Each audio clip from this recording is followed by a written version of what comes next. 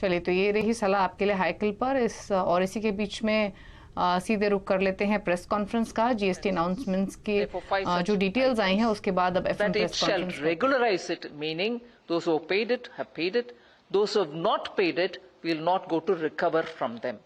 So such regularization has happened in 5 different items. For example, the first example that I like to give you, which had a clarification on regularization, is on the taxability issue of trauma spine arthroplasty implants. There was a confusion about it. Now we've regularized, and that period to which it pertains is 18 July 2022. And to regularize it to that period on an as-is basis is what has happened. So for example, this is one item I can tell you. There's one more item as an example I can give you, is on raw cotton, including kala cotton, from agriculturists to cooperatives. So that has been, we've issued a regularization on that, clarifying that it is taxable, and its regulation for the past period we have regularized it. It's a taxable item, but earlier if there's been confusion because of classification related items or definition or confusion, we are regularizing that period. We are not going to recover from them. So such regularization with clarification has been issued for 5 different item heads. On one particular item, we have expanded the scope of taxation, and this is a topic in which I remember at least in 2 or 3 different council meetings, particularly the Deputy Chief Minister of Haryana had spoken about. It is on the SUV vehicles. And on that too, we have expanded. The details is given as to which are those vehicles which are getting covered. I'll give you the details a bit further, but there's also this issue that there was a request that 20% taxation and 22% taxation be rationalized, so everything get merged and be taxed at 22%. We have not gone with that recommendation, because if you do, then sedan also gets included into it, and 2 states specifically had objected for including sedans. Punjab and Tamil Nadu did not want sedans to be included under that, so that has gone through that way. We've expanded the scope, but not to such an extent that sedans get included. But the details will be part of our press release, so you'll know about it. Then there were also technical changes which had happened, essentially because we wanted the GST to be in alignment with the new trade policy, which has been issued by the Commerce Ministry. On the compensation cess, particularly on items like chewing tobacco, there is some clarification issued. Because there was a need to issue it, because you had the retail selling price, and the GOM had prescribed its suggestions, whereas when it is sold in bulk, the RSP is not visible. So we've gone back to the pre-RSP rate structure. So that is another decision which has been taken today. So 6 of them largely on the goods related decisions. And on services, first item is of interest, and the other things which can be elaborated later. We've offered exemption on GST for satellite launch services provided by private organizations.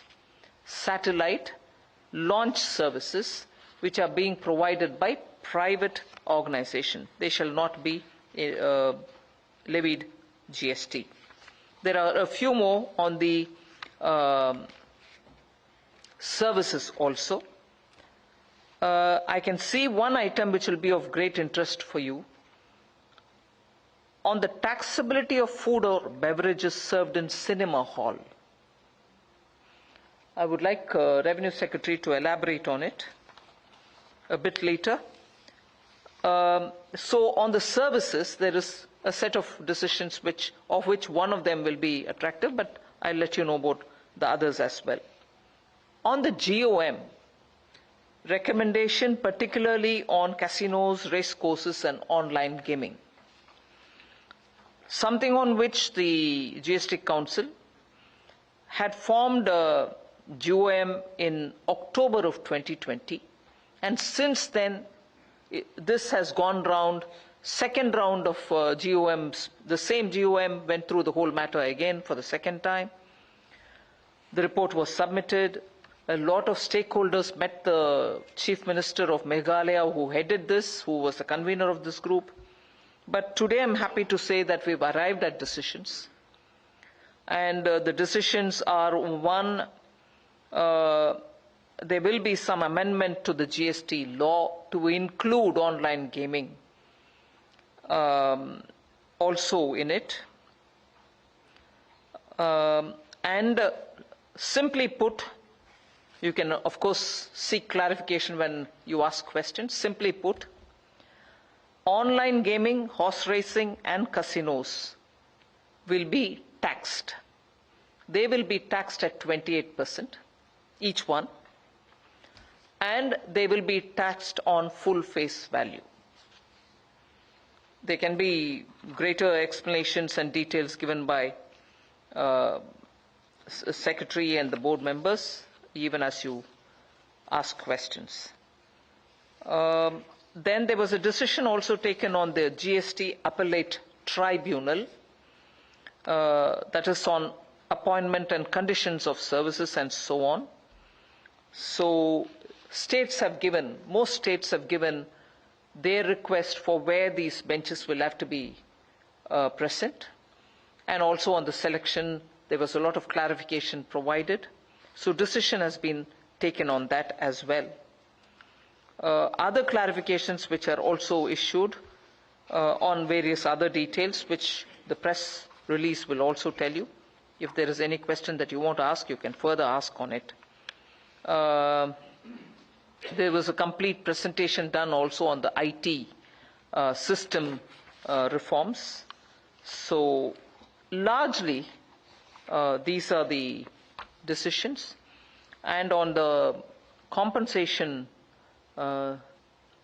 released, as I said, the summary of it is states which have given for whichever year AG's certified claims payments have been cleared by us.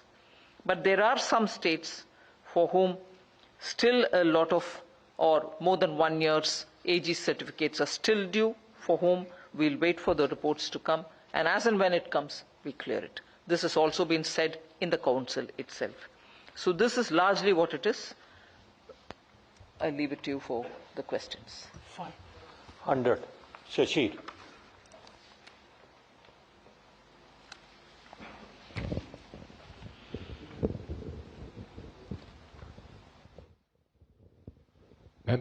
Good evening. Shishir here from Hindu Business Line. My question is that when you are saying that the definition of online gaming to be included in the GST law, and there is a law also proposed by the